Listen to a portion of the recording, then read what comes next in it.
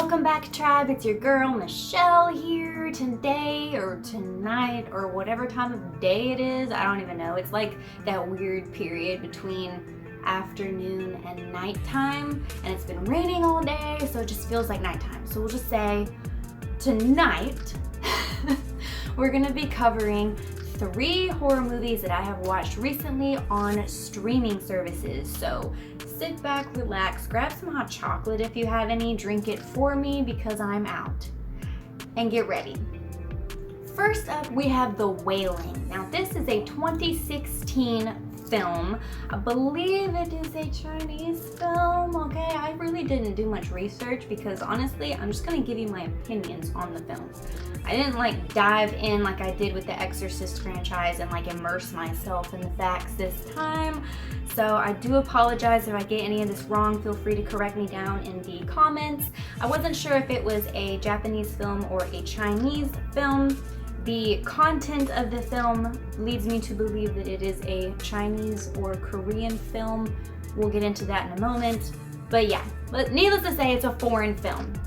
And normally I absolutely love foreign horror films. I like to immerse myself into other cultures and kind of see what other cultures view as horrifying and scary. And a lot of the times, foreign horror films are actually way scarier than American horror films. So I was really excited to watch this film. Now I actually watched The Wailing on, was it Amazon Prime? So let me just read you the synopsis. It's like a 2 little sentence synopsis of what The Wailing is about, okay? So it says, soon after a stranger arrives in a little village, a mysterious sickness starts spreading. A policeman drawn into the incident is forced to solve the mystery in order to save his daughter.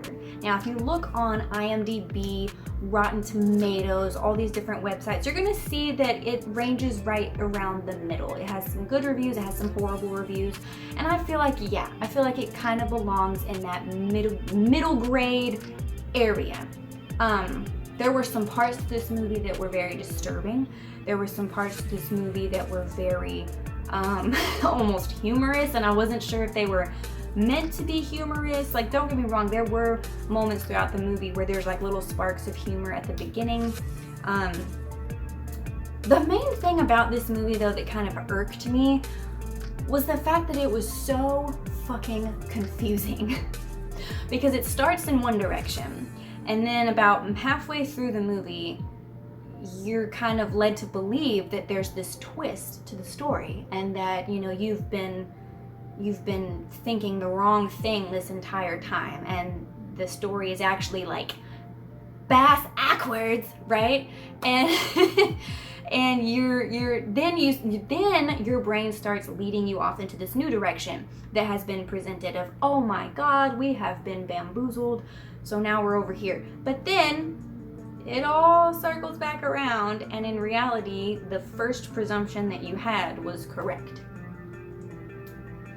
So that kind of irked me. Like, don't get me wrong, I do enjoy like psychological thrillers. I do enjoy twists and turns in the horror stories, but it just kind of frustrated me that there was this pretty awesome twist, but then that twist wasn't actually a twist, if that makes sense. Like, it's really hard to describe what I mean without giving a lot of the plot away. So I'm not gonna do that. I encourage you to go watch it for yourself. The subtitles are not an issue for me. I know a lot of times people will say that having to read the subtitles kind of takes away from the film, but I didn't feel that way in this film. In fact, there were quite a few scenes that you don't even need to read the subtitles because you can kind of figure out what the hell's going on. But yeah, there was a lot of true crime feel to this, very mystery-like. I wasn't altogether scared of it, although I did have a random nightmare about this movie. I don't know why, because it honestly wasn't that scary, but for whatever reason my subconscious was just like, nope, we're gonna interject this shit into your head while you sleep. That was fun. That was super fun. But yeah, I would say that The Wailing kind of belongs in that middle ground. It wasn't like fantastic. It wasn't nearly as scary as I had been led to believe by other people. It's not a movie that I'm gonna buy or probably ever really re-watch in the future, but I did enjoy the experience. So I'm not saying to not watch it by any means. It just wasn't one of those movies that you're gonna like want to keep watching year after year and be like, oh my god, I love this. For me, this is just my opinion.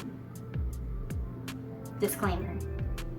The second film that I recently watched on a streaming service, and again, I'm pretty sure this was on Amazon Prime. I'm pretty sure the Wailing was on Amazon Prime, and I believe this one was on Amazon Prime as well. And these were ones that were actually included in the Prime Video, so if you're already a Prime member, you can actually find these for free and you don't have to pay to rent them.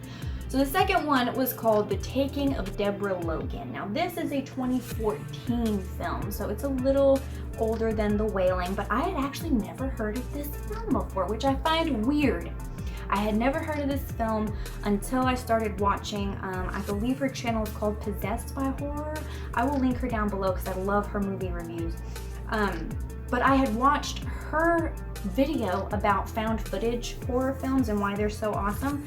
You either love or hate found footage horror films. I have figured this out. You either love them or absolutely hate them. I love them. Absolutely love them.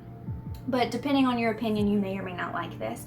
Now, a lot of the times people don't like found footage horror films because of the shakiness. Sometimes it can even lead people to have like motion sickness. This one is not like that. There's only a handful of spots in the film that are actually pretty shaky. And honestly, those shaky moments in this particular film, in my opinion, kind of lend to that real factor. So it's not like a consistently shaky hoopla like Cloverfield. Just saying.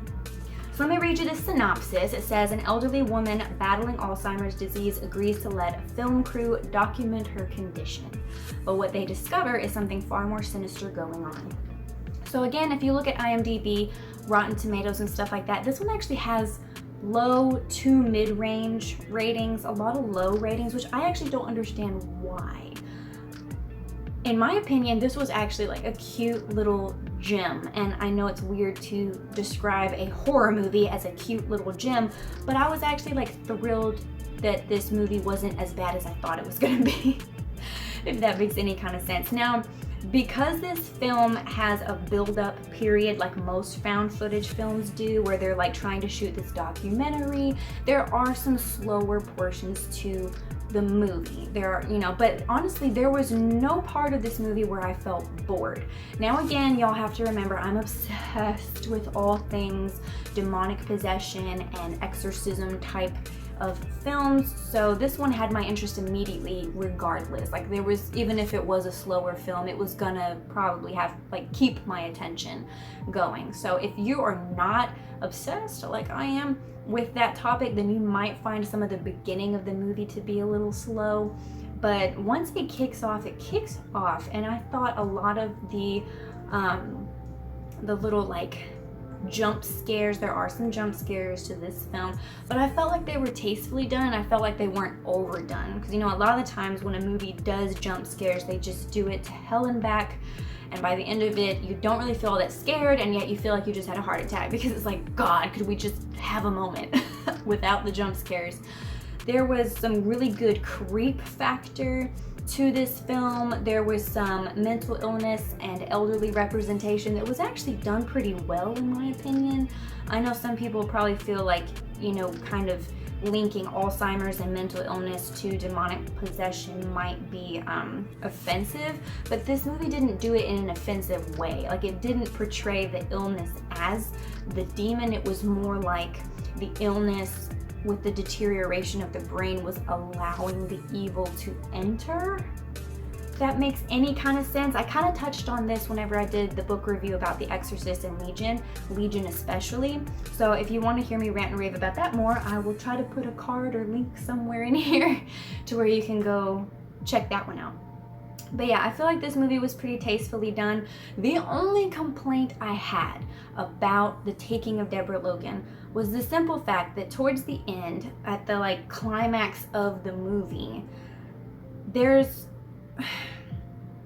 a CGI moment that I feel really wasn't necessary.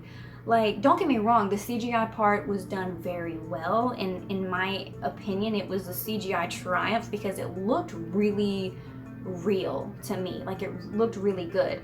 But I just didn't understand why that part was necessary.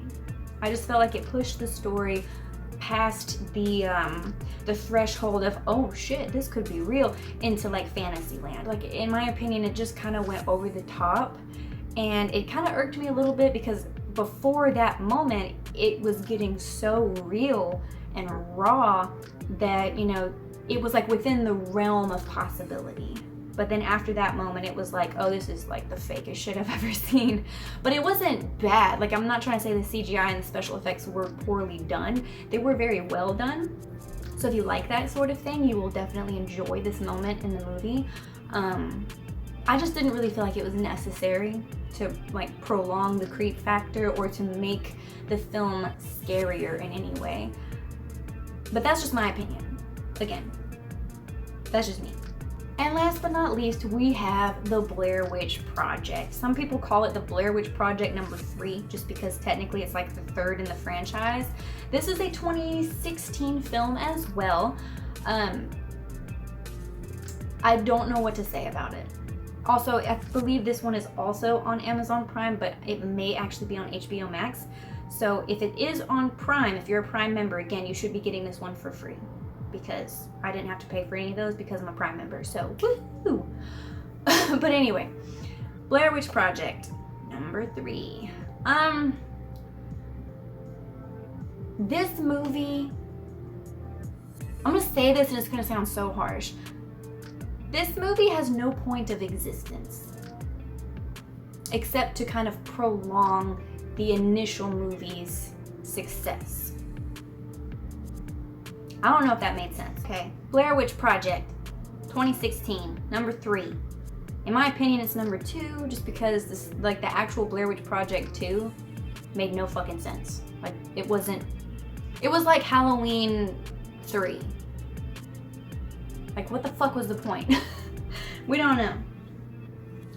But anyway, the Blair Witch Project 3 from 2016 actually has really low, crappy ratings on IMDb and Rotten Tomatoes. I don't feel like it deserves that low of a rating. I felt like overall the film was pretty good. It's like another found footage film. It's a lot like the first film, the original one. The only main difference is that this is kind of it's a really good sequel in that it includes the family member of one of the original crew that went missing. So back in the original movie, you have the main chick, her name was Heather, and that entire crew went missing and no one knows what the hell happened to them. Now, in the original Blair Witch Project, the reason it captivated so many people was because it was probably one of the first found footage horror movies ever. And it was also one of the first horror movies that ever created a successful horror element without ever really showing a monster. There was no monster. You never see a monster in that movie. You don't see the witch, you don't see ghosts, you don't see monsters, you don't even really see any blood and gore at all. Like, there's just, it's like everything is always just out of eyesight. And that almost made it scarier. That almost made the creep factor that much more exciting to experience. So with this one, it is like the Blair Witch Project, the original one, and it's a great plot. Like, it's a great storyline as far as like connecting the two families, having another search party kind of going out into the same woods and just kind of looking for more evidence as to what the hell happened to his sister. So yes, that's all well and good. There were some CGI elements to this movie though that were well done, but again, kind of took away from what the original film was trying to do. So it wasn't good or bad. It's not one that I'll probably ever watch again. Like the original The original Blair Witch Project, I will watch forever. I have my own copy of it. It's one of those that I actually shelled out to buy because it's just so fucking good, in my opinion. The new one, the Blair Witch Project number 3, I probably won't buy it just because I don't feel like it really adds anything to the story. It doesn't add anything exciting, and I feel like you just don't need it. I just don't feel like you really need it to be satisfied with the story of the first one, if that makes sense. So those are 3 horror movies that I've been watching on streaming services. I do want to kind of do this every now and then, just like as I find new horror movies. And these are not new by any means, obviously. They're from back in 2016 and 2014. But as I find new to me, horror movies that are streaming either for free or for rent on different streaming services, because that's all I use nowadays. I do want to share my opinions and thoughts with you guys. Let me know what y'all thought. I'm sure most of y'all have already seen all of these already. I'm just kind of slow. So tell me what you guys thought. Were they worth it? Do they deserve the low to mid-range ratings that we just discussed? And what are some films that you would like to see my reactions on, or that you would want my opinions on, if any? You know, go ahead and put those down in the comments below and we'll just keep on checking. So, yeah. Love you all. Thank you all for just kind of sticking with me as I kind of flip-flop back and forth between horror books and horror movies and horror subscription boxes and the paranormal and demonology. I know this channel can be a little chaotic at times, but honestly, that's why I call it Michelle's Tribe, because all of these topics are things that I am insanely passionate about and obsess about on the daily.